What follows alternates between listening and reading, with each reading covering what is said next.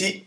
Alors dans cette vidéo, on va voir si savoir si on est runner ou chaser, est-ce que c'est vraiment important?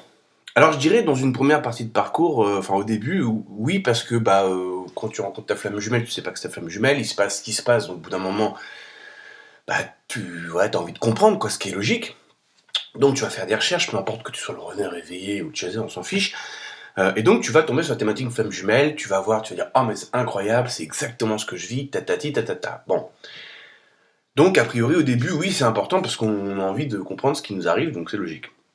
Sauf que en fait, dans l'absolu, on s'en fout. Dans l'absolu, on s'en fout d'être le runner ou le chaser. Alors le chaser young, chaser ying, runner éveillé, runner précompensé, nanani nanana. Au fond, on s'en fiche un peu parce que déjà pourquoi je dis ça en fait, pourquoi je fais cette vidéo, parce que ça fait plusieurs fois que je me retrouve au téléphone avec des gens qui pensent être chaser mais qui sont en fait runner, des gens qui pensent être runner mais ils sont en fait chaser, t'as ceux qui sont entre les deux qui sont complètement paumés parce que si t'as un runner in précompensé, du coup t'es précompensé, donc t'es pas plus vraiment le stéréotype du runner, mais t'as un mix entre un peu un runner et un chaser, donc du coup tu te retrouves un petit peu chez les deux. Voilà, en fonction aussi de ton parcours, du coup t'as un peu les deux, et donc ils sont complètement perdus. Et c'est pour ça que je dis, est-ce que c'est vraiment important? Parce qu'en fait, tout ça, de savoir si je suis runner truc ou chaser truc ou machin et nanana, c'est se mettre une étiquette, ok? Puis c'est surtout, ça peut devenir vachement culpabilisant parce que regardez ce qu'on entend. On entend d'un côté, on va dire dans le parcours classique stéréotype, bon, t'as le runner qui fuit, puis t'as le chaser qui court après. Bon. Le runner porte toute la charge karmique et ne peut absolument rien faire tant que le chaser n'épure pas, puisque c'est au chaser d'épurer pour les deux. D'un côté, c'est bien, ça met le runner encore une fois dans la posture de celui qui ne peut rien faire, la pauvre petite victime de l'univers. Il est déjà dans cette situation-là par rapport à son entourage, sa relation, etc. En mode je suis en dépendance affective, donc moi je peux pas rien faire seul. Dès que j'ai besoin de faire quelque chose, il faut que je demande l'avis au poisson rouge, au chat, au chien, etc. Donc lui, il se retrouve en fait dans la même posture qu'avant, c'est-à-dire dans la posture karmique et la posture psychologique 3D dans sa vie, c'est la même, c'est moi je ne peux rien faire, voilà.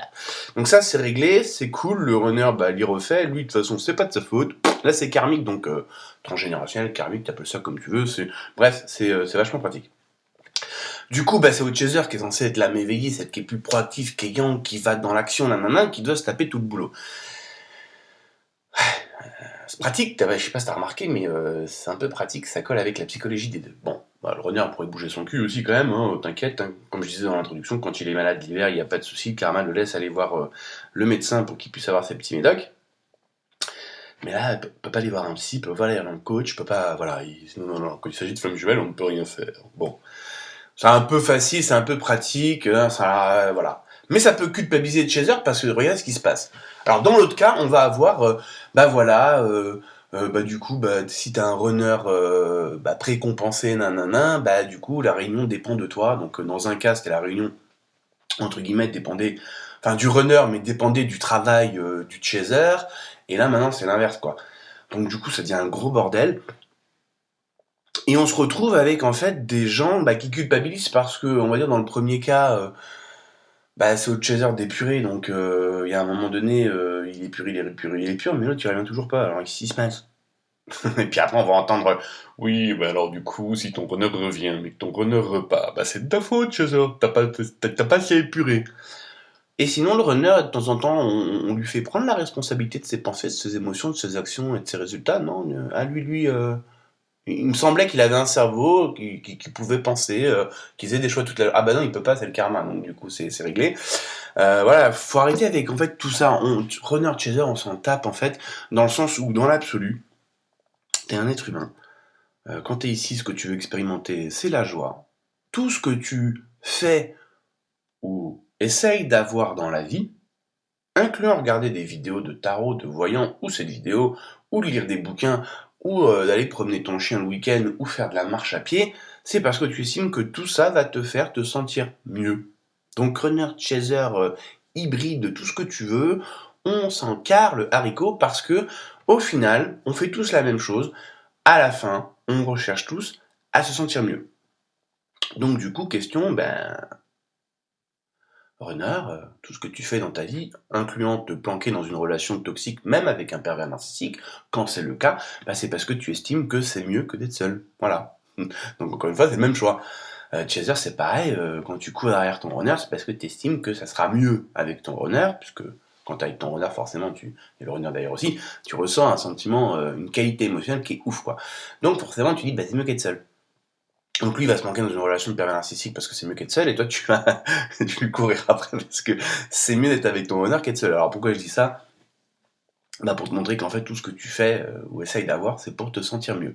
Or, dans l'absolu, on s'en fout de tout ça parce que, dans l'absolu, runner comme chaser, ce que tu recherches, au final, c'est ta complétude, c'est de te sentir bien, justement, seul, complet, motivé, déter pour ta vie, peu importe ce que tu choisis de faire dans ta vie, ou ce que tu choisis d'être. En fait, tu choisis de faire et d'avoir pour revenir à l'être. Donc, en fait, c'est pour ça que je te dis, dans l'absolu, on s'en fiche, et il faut sortir, c'est pour ça que je fais un peu ces vidéos, alors j'explique un petit peu, bon, c'est un peu le truc en cours de route, je l'explique vite fait. J'ai commencé les vidéos de leadership pour Flamme Jumelle, qui en fait sont des principes de leadership que j'ai eu dans le marketing de réseau, puisque j'ai passé 6-7 ans, j'ai eu des équipes de 30 000 personnes, et ça se trouve, dedans j'avais des flammes jumelles, je le savais pas, parce qu'à l'époque je connaissais pas la thématique. Et j'en avais rien à carrer parce que quand j'ai fait 6 000 coaching privés, donc quand j'avais des gens, en gros c'est quoi ton problème, et tiens, voici la solution, voici technique de libération émotionnelle que je vais te faire pour te libérer, donc t'étais jaloux, tu l'es plus, ou tu l'es beaucoup moins, tu fumais, tu fumes plus, et que tu sois flamme jumelle ou pas, à la limite, à l'époque, comme je savais pas, j'en avais rien à carrer, ça me prenait pas la tête en fait.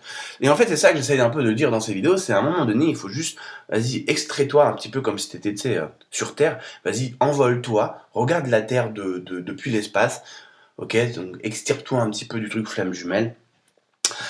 Je suis pas du tout contre la particularité de cette relation et de tout ce qui va avec, mais il y a un moment donné, il faut juste arrêter de rester bloqué dans cette boîte. Ce que tu cherches, c'est de te sentir bien. Question, comment je peux apprendre à me sentir bien, ok? Et est-ce que quand j'utilise tel ou tel point de vue dans ma vie, c'est des points de vue qui sont à mon avantage, c'est-à-dire qui favorisent mon bien-être ou pas? Tu vois, par exemple, là, de savoir, te prendre la tête si c'est ton cas, mais est-ce que je suis runner yin éveillé, du coup, ça dépend de moi, à la réunion, mais je comprends pas, parce que moi, quand je me pensais chaser, je me sentais bien, et puis l'autre est toujours parvenu, mais du coup, je comprends pas, parce que j'ai l'impression d'avoir travaillé sur moi, hein. Quand tu te penses ça, tu te sens comment? Ça favorise ton bien-être ou pas? Non, ouais, lâche l'affaire. Tu vois, c'est ça en fait le truc. Et c'est pour ça j'appelle ça des techniques de lâcher prise et d'acceptation, c'est qu'en fait tout ça c'est juste de la préoccupation mentale. Tu iras regarder la vidéo sur le langage du mental, tu verras, je donne une technique et j'explique le pourquoi du comment de ce genre de préoccupation mentale. C'est que dans l'absolu on s'en fout parce que,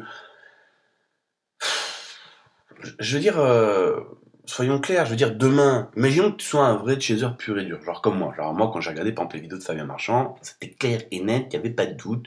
Je suis le stéréotype même du chaser, quoi. Voilà, il n'y a pas de doute possible. J'ai essayé d'envisager que je sois pas flamme jumelle, mais ça marche pas. Je colle de partout à tout ce qu'il dit. Et ces vidéos sont très bien. Mais dans l'absolu, je m'encarre de si je suis chaser, runner, machin et tout ce que tu veux, parce que au final, la ligne de mire, c'est qu'est-ce que je peux faire au jour le jour, moi, pour me sentir bien. Tu vois? Et j'avais j'ai été formé comme ça dans le club du succès que je raconte un petit peu dans mon introduction, je crois, par mon mentor qui est milliardaire et qui me disait, mais de toute façon, en fait, tout ce que tu fais dans la vie, donc, c'est ce que je viens de te dire là, hein, j'ai rien inventé, c'est pour te sentir bien. Donc en fait, au jour le jour, ce qui devrait, entre guillemets, te préoccuper, c'est est-ce que je suis en train de faire des choses qui me font sentir bien, vivant, excité, enthousiaste, plein, tu vois, complet. Et puis, il nous donnait des techniques de libération émotionnelle, comme par exemple l'EFT, que tu pourrais apprendre, hein, c'est facile, tu vas sur mon blog ou tu vas sur YouTube, tu vas apprendre l'algorithme de base, avec ça tu peux déjà bien te dépatouiller de pas mal de choses, d'émotions négatives, etc., et donc de schémas de pensée aussi. Ou tu peux aller voir la vidéo sur le mental que j'ai faite, qui va t'expliquer une autre technique qui est pour moi un scalpel chirurgical, mais pour te libérer de schémas de pensée négatifs, etc. Enfin, de schémas de pensée que tu considères comme négatifs parce qu'ils ne sont pas à ton avantage. Bref. Mais au final, c'est ça la ligne de mire. Et d'ailleurs, à un moment donné, Fabien Marchand, il le dit très bien, et à un moment donné, l'objectif, c'est la complétude. Et d'ailleurs, il me semble que, si je dis pas de conneries, que Nathalie Ebner aussi, elle en parle très bien de ça. Et à un moment donné, réunion, j'ai envie de te dire, s'il doit y avoir réunion dans ta vie, elle se fera. Mais en attendant, tu vois, l'objectif premier, la vraie ligne d'arrivée, c'est ton bien-être.